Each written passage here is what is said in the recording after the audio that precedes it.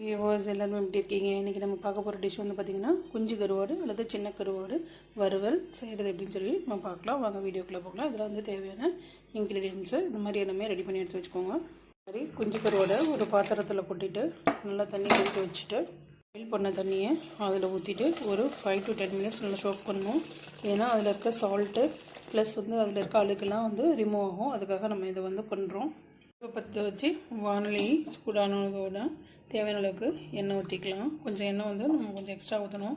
கடலெண்ணெய் அல்லது நல்லெண்ணெய் சேர்த்து செஞ்சோம்னா சூப்பராக இருக்கும் குஞ்சு கருவாடு அல்லது சின்ன கருவாடு வறுவல்.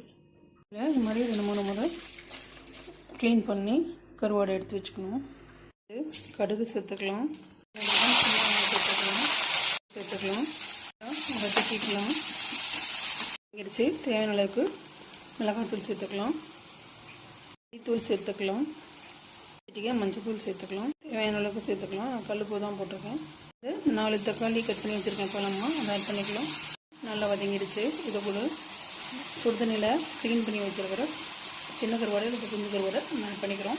ஆல்மோஸ்ட்டு கருவாடு நல்லா சூப்பராக தகன்னு ரெடி ஆகிடுச்சு.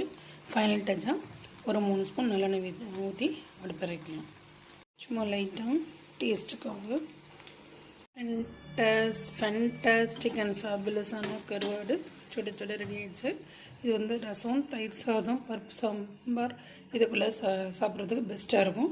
ப்ளஸ் வந்து பார்த்திங்க அப்படின்னாக்கா நம்ம ரைஸ் கூட அப்படியே டைரெக்டாக என்ன பண்ணலாம் அப்படின்னாக்கா போட்டு சாப்பிட்லாம். சூப்பராக இருக்கும். நீங்களும் வீட்டில் இது மாதிரி ட்ரை பண்ணி பார்த்துட்டு டேஸ்ட் எப்படி வருதுன்றதை மறக்காமல் எனக்கு சொல்லுங்கள். தேங்க்ஸ் ஃபார் வாட்சிங் த வீடியோ. தேங்க்யூ. மாதிரி சுட சுட பிளேட்டில் சாதத்தை போட்டு ஆவி பறக்கிற சாதத்தில் கொதிக்க கொதிக்க பருப்பு சாம்பாரை விட்டு பருப்பு சாம்பார் இது மாதிரி விட்டுட்டேன். அது கூட கருவாடு காம்போவை வச்சு சாப்பிட்டா சும்மா டேஸ்ட்டு வேறு லெவலில் அள்ளுங்க. சுடு சாதம், கதம்ப பருப்பு சாம்பார், குஞ்சு கருவாடு வறுவல், இந்த காம்போவில் வந்து சாப்பிட்டு பாருங்கள். இன்னொரு கை சாதம் எக்ஸ்ட்ரா நம்ம சாப்பிட்ற மாதிரி இருக்கும். அவ்வளோ டேஸ்ட்டு எம்மியாக இருக்கும்.